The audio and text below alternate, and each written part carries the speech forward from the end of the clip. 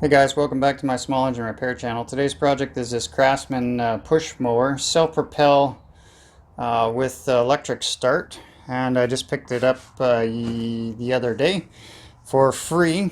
The guy said it wouldn't run, or it's been giving him problems running this year, and he just wanted to get rid of it and buy a new mower. He said he put a new primer bulb, and then since he's put a new primer bulb on it, it just hasn't worked properly ever since. So let's dive into this one and see if we can figure out what's going on.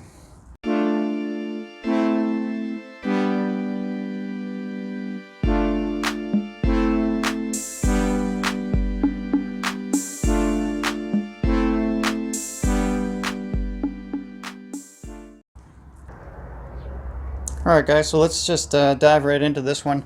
I'm going to put you down here and we're going to try and fire this thing up.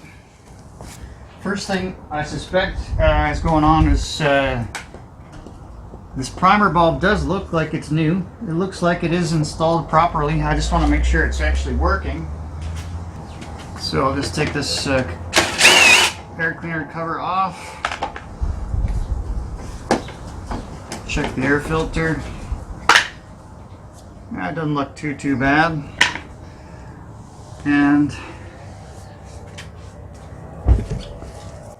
what we're going to do is I'm going to use this primer bulb and we're going to look right in here where that tip of that emulsion tube is. I'm going to get some light on this thing and then we're going to show you whether or not this primer system is working or not. Alright, so where we're going to focus our attention is right at the end of this screwdriver, right there, that little tube. When I push this primer bulb over here, there should be fuel coming out of that.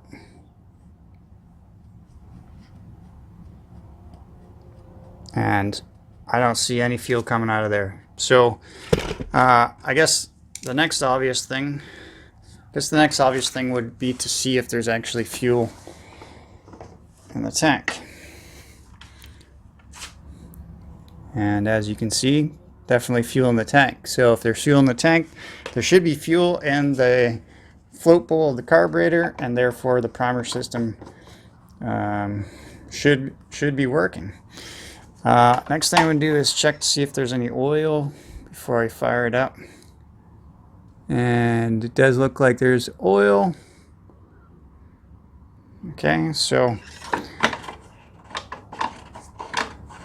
since the primer system is not working, I would imagine this is what's causing our starting problem. So what I'm going to do in the meantime is I'm going to spray some carb spray or starter fluid in there. And then I'm going to go ahead, that's going to act like a primer system. And I'm going to see if this thing will fire up now. So I'm going to try the electric start, actually see if this will work.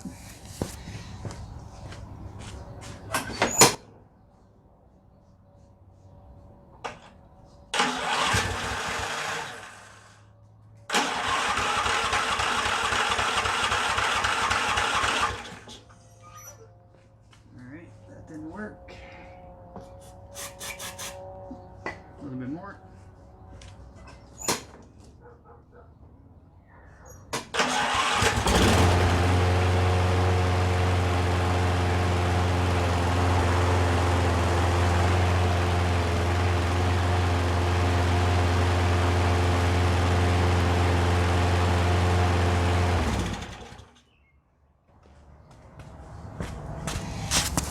Well, all right, that's awesome. So what this means is that we got a problem with the primer system. So I have a guess at what is going on here, but I'd like to hear your guys' thoughts on this one. What do you think is causing this primer not to work? Could it be the primer bulb, or could it be something else? Go ahead and leave your comments down below, and if you want to figure this out with me, you can follow along with the rest of the video. Alright guys, so before we get into this and figure out why this one is not working, I'm going to go through a few possible scenarios or situations that could be causing this particular issue where it's not priming. So the first one would be an obvious one. Again, make sure there's fuel in the tank, because if there's no fuel in the tank, there's no fuel in the line, then there's possibly no fuel in the float bowl carburetor, or the float bowl of the carburetor. And so by pushing this primer button, basically it sends a pulse of air down into the carburetor and then forces fuel up and out of that tube like I was showing you earlier. So if there's no fuel in the system, that won't work. The next one would be if your primer bulb is broken or it's the wrong primer bulb, which I don't believe, as I said earlier, that is our case. Another option could be that these screws are actually loose, okay, or not tight enough, and that will bring, I'll talk a little bit more about that when I talk about the next option that it could be, which is what I think our problem is. So I'm going to actually I'm going to check these screws first for their tightness, and then I'm going to take them off, and we're going to go and show you the next possible reason. Alright, so I'm just going to check to see how tight these are, and I think they're fairly tight. You don't want to, certainly don't want to over tighten these, but because you could warp the plastic, but you certainly don't want to have them under tightened as well.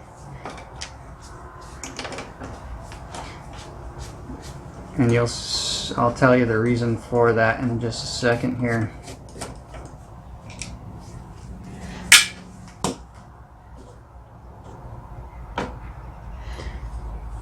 Alright, so two of those screws right here go through this air filter housing and actually go into the carburetor right here.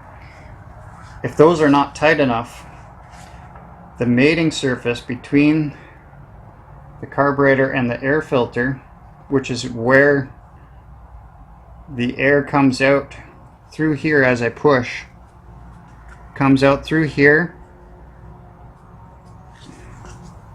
through this little guy, into this hole over here, and then pushes the fuel out by just pushing air in. So if this isn't tight and it's not making a proper seal, then air is going to escape between this, and it won't actually force the fuel up. So what I find happens a lot of times is this gasket is bad, torn, or maybe it needs to be replaced. This one actually doesn't look like it's in too bad a shape. So what I've done also is doubled up on this gasket before, and that seems to help as well. So alright, so what I've done is take this gasket off, and now you can see this little passageway where the puff of air goes as I push this primer bulb. It goes through this little passageway. Now that passageway is actually blocked off with this gasket, this bottom part, and there's only a hole open right here, okay? And that hole, if you look over here, corresponds to, I'm trying to hold three things here at the same time, but where my ring finger is, that hole lines up with this hole right here, okay? So if this gasket is not doing a proper job of making a good seal along this passageway, all right, between this piece and your carburetor, then the air can escape out somewhere along this gasket and never make it to this little hole, okay? So that's why it's important that these screws are nice and tight so that this gasket can actually do its job. So those screws were actually pretty tight. So what I'm going to do is I'm actually going to double up on this gasket. I've had pretty good success with that in the past. That's like a $2 or $3 part. I'm going to try that. I'm going to reassemble it, and we're going to see if this solves our problem. Alright guys, so the extra gasket, or the replacement gasket, is the Briggs and Stratton part number here, 795629.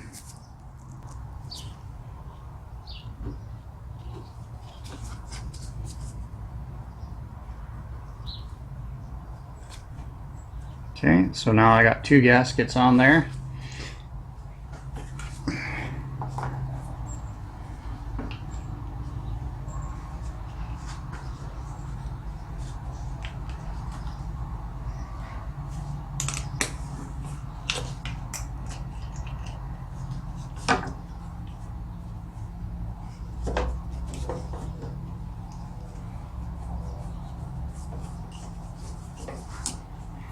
And these ones, guys, I like to run them in by hand, just using hand tools. I don't like to use an impact or cordless ratchet or anything like that for these, because there's just too much chance of warping this plastic, and then you could use 4 gaskets and it might not work. So nice, snug, hand tight.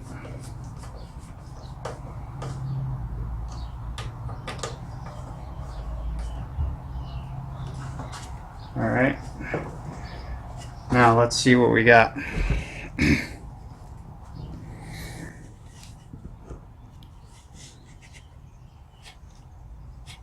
And look at that. All sorts of fuel coming out of there now. Alright guys, so if your primer system's not working on your Briggs and Stratton engine like this one, go ahead and double up or check that gasket first, and that potentially might solve your problem. So hopefully this was informative, guys, and I'm going to clean this one up, and hopefully this, well, it starts, we know it starts, the electric start works.